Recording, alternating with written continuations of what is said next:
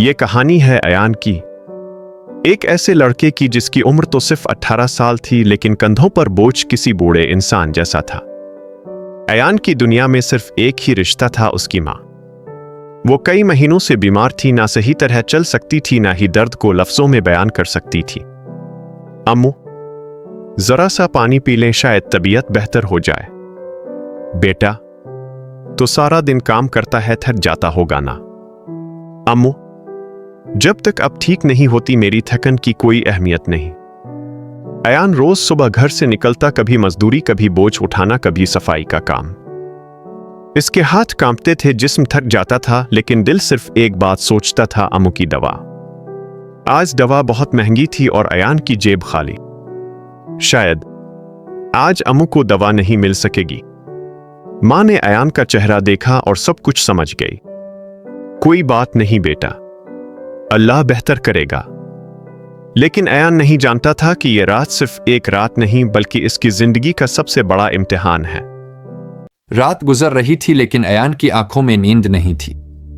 وہ بار بار اپنی ماں کی طرف دیکھ رہا تھا، جیسے دل کسی انجانے خوف سے کانپ رہا ہو۔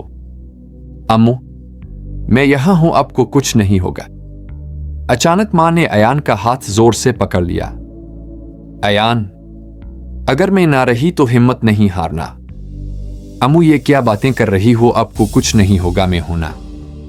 ماں کی آنکھوں سے آنسو بہنے لگے۔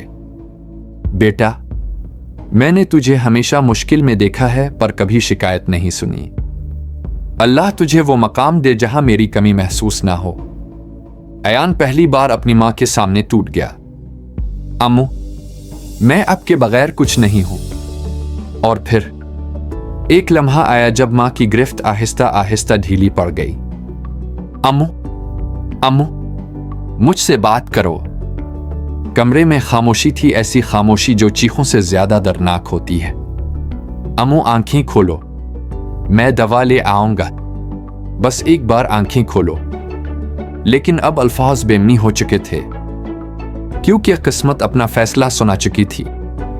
صبح ہوئی لیکن اس گھر میں روشنی نہیں آئی۔ آج ایان کی ماں اس گھر کی مہمان بن چکی تھی۔ گھر میں لوگ تھے لیکن ایان اکیلا تھا۔ جب جنازہ اٹھایا گیا تو ایان کے قدم لڑکھڑا گئے۔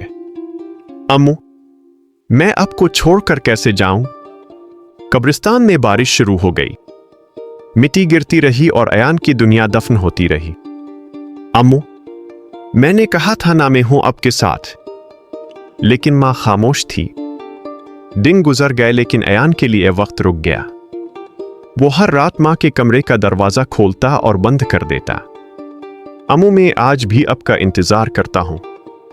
اور تب ایان کو سمجھ آیا کہ ماں صرف سانسوں کا نام نہیں ہوتی، ماں زندگی کا سہارا ہوتی ہے۔ جو لوگ ماں کی قدر نہیں کرتے وہ ایک دن یہ خاموشی ضرور سنتے ہیں۔ اور ایان نے فیصلہ کیا کہ وہ ماں کے خوابوں کو اپنی زندگی بنا لے گا، کیونکہ ماں کی دعائیں مر کر بھی زندہ رہتی ہے۔